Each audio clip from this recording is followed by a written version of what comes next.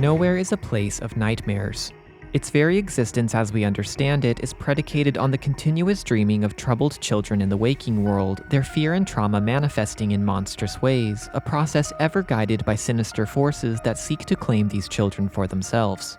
As a result, the line between dream and reality in Nowhere is heavily blurred, a puzzle of the mind, but clearly there are limits even here regarding what is possible and what is not.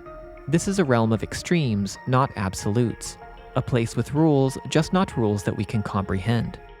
This mystery remains very much intact, but thanks to Little Nightmares 3, our understanding has been expanded. Through its characters, areas, and a devastating ending, this latest entry in the series gives us a fascinating glimpse into how the world of Nowhere operates and what is possible beyond the threshold. In this video, I'll be analyzing the story of Little Nightmares 3, discussing the broad themes and ideas underpinning it, and finally addressing the great mystery at its heart to which there are no easy answers. Though I will be presenting a few of my own theories along the way, I should mention that this analysis is only intended to be a first pass over a multi-layered story with many secrets and intricacies. Expect to see future videos that delve much deeper into some of these topics.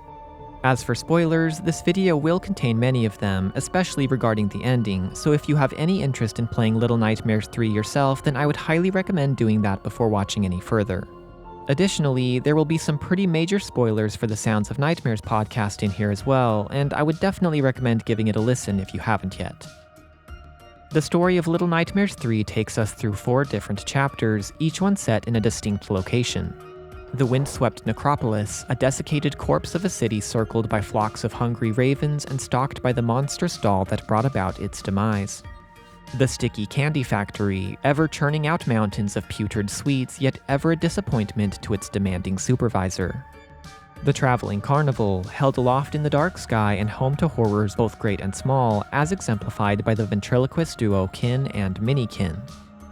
And finally, the Institute, an overgrown ruin filled with the ghosts of children long past and the giant limbs of the man who pushed them into the void. Now, something you may have noticed while playing through Little Nightmares 3 is that the story and tone feel quite different from the previous mainline entries, and there's a good reason for that. Each game in the series is built around a central theme that informs its overall design, and while that holds true here, the way it's been implemented is notably different. The original Little Nightmares was all about hunger, and Little Nightmares 2 focused on escapism. Desires that are not inherently bad, but are shown twisted and corrupted by Nowhere into their worst possible forms. What's more, these themes were not only reflective of the characters and what they were trying to achieve, but also deeply rooted in the design of the Maw and Pale City, respectively.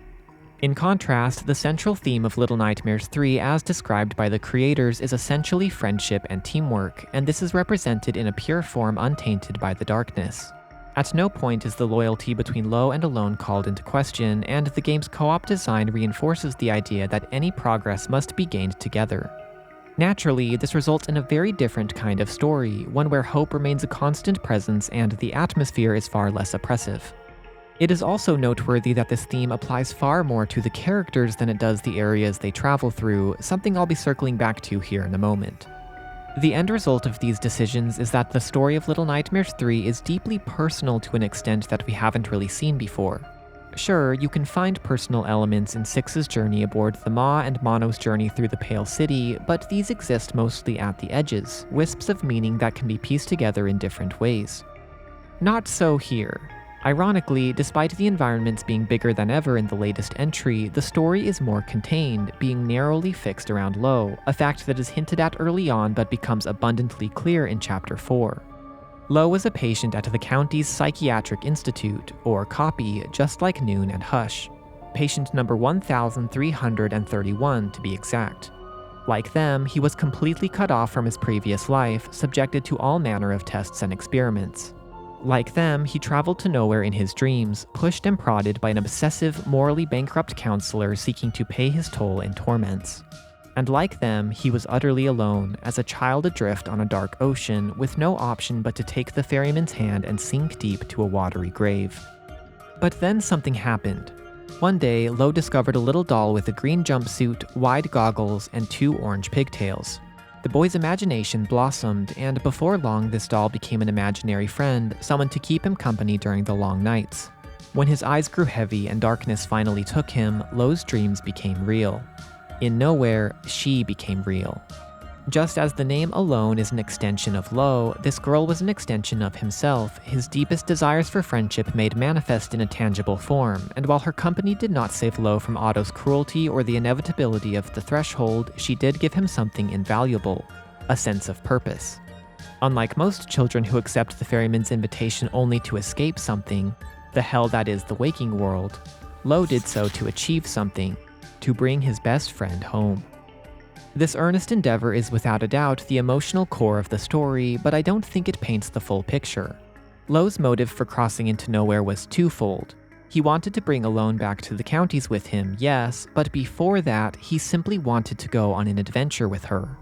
The reason Little Nightmares 3 often feels more interested in evoking a sense of adventure than horror is because that is what Lo wanted, that is what he dreamed the story to be. Adventure is another important theme of the game, I think, and it is this, not friendship, that helps tie the areas together. As we see, Lo carefully drew each of the locations that he and Alone were going to travel through, charting their journey with a steady but unrefined hand.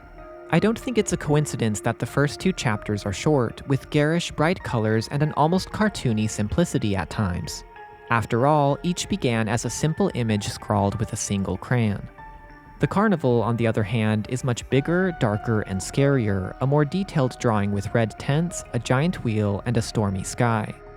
Now, to be clear, I'm not suggesting that Lo is the sole force behind the creation of these areas. They are very real and complex locations with history that long predates him. Rather, I'm saying that the way we experience them in the game is directly tied to Lo's drawings. This theme of adventure is also represented in the characters' outfits. In Nowhere, Lo wears a mask and cape like a superhero, sporting a bow that he wields with remarkable skill. Likewise, Alone's appearance is flashy and exaggerated, a striking contrast of green and orange, and she too has a silhouette-defining tool in the wrench. For a little boy with a big imagination, one who found himself trapped and powerless in the counties, Nowhere became a place of possibility, a place where his fantasies could become reality. And at first, everything goes according to plan.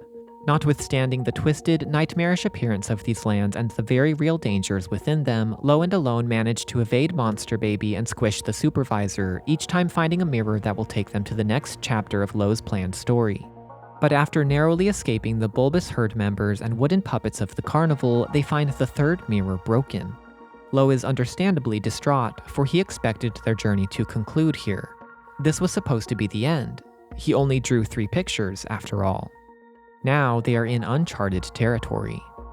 With no other options, the 2 friends press on, and after a harrowing experience of cat and mouse with the kin and minikin, they manage to find another way off the carnival, floating out over the open ocean in a cargo balloon. Only to be struck by lightning, crash land on a sandy shore, and find themselves at the very structure Lo had been so desperate to escape in the first place, the Institute. This is a pretty big deal.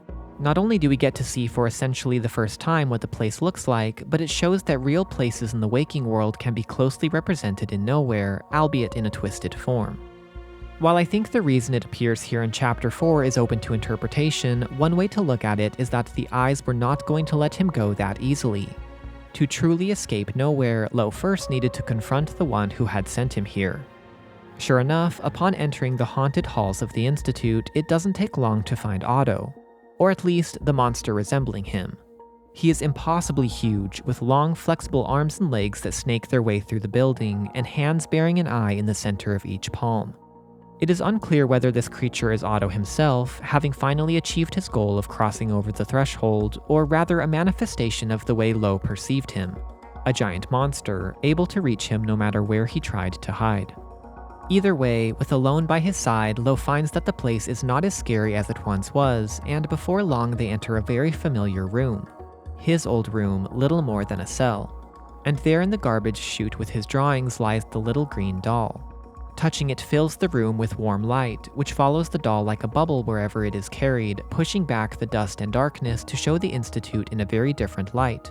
Either Lo's memory of the place, or, far more likely, I think, a representation untethered from any particular time. In one section, they pass through 2 versions of Noon's room, the first empty as though she had just arrived, and the second an absolute mess, as it was the day she crossed the threshold and left Otto behind in a rage. Noon was patient number 1229, a whole 102 patients before Lo, so clearly we are seeing things that he never would have during his time there. Whatever the case may be, I don't think we can trust the Institute's appearance in the bubble all that much anyway, since Nowhere definitely added its own finishing touches on the illusion. The repeated eye imagery and the broadcast signal speak for themselves. Eventually, after using the doll to progress ever deeper into the crumbling building and successfully evading the hypnotist's ever-searching hands, Lo and Alone find the final mirror. The way home, a sunny window visible in the glass. But Alone backs away, knowing that something is wrong. Throughout the story, she has been coughing, visibly unwell, and traveling through the factory mirror even left her unconscious for several moments. Something about this path is dangerous for her, even if Lo doesn't know what. This moment of hesitation results in Otto snatching the mirror away, and while the two manage to defeat the grotesque monster once and for all, Alone remains reluctant to enter the mirror. But in the end, she lets herself be pulled in by Lo's eager, outstretched hand. A long moment passes, and then the mirror rejects her, throwing her to the ground as a web of small cracks forms on its glistening surface. In quick succession, Lo appears on the other side, the whole thing shatters into pieces, and Alone disappears, her empty clothes crumbling to the floor along with the picture that Lo had been using as a wayfinder, a simple sketch of him and Alone together in the counties, happy. The tragedy of Little Nightmares 3 is that, against all odds, Lo actually succeeded. He really did escape from nowhere, but it came at the cost of his only friend. And here at the end, we finally arrive at the defining mystery of this story. How real was the girl called Alone? Was she nothing more than a delusion, a coping mechanism, existing only in the mind of Lo himself? At the other extreme, did Lo create a new soul? A person who could truly think and act for herself? Or is the truth blurry, somewhere in the deep haze between dream and reality? It's a fascinating question, and I think an argument can be made for either side. On the one hand, there is certainly no doubt that Alone was real to Lo, a companion, a friend, with her own skills and personality. She does perform physical actions in Nowhere, helping him pass obstacles that one child never could. She has her own unique voice, too, and is reluctant to enter the mirror with Lo, perhaps demonstrating some ability to think for herself. I have to wonder, did Alone know what she was? Finally, and perhaps most importantly, her demise does not happen instantly. She has a few precious seconds to process what is happening, to gasp with horror as her body vanishes. From these details, it certainly appears as though Alone had some autonomy removed from Lo, but others cast doubt on this. For example, I think it is significant that only Lo is caught and trapped by the kin and minikin when he and Alone were both in the same elevator. Is this because they could not see her, or simply because they couldn't catch both at once?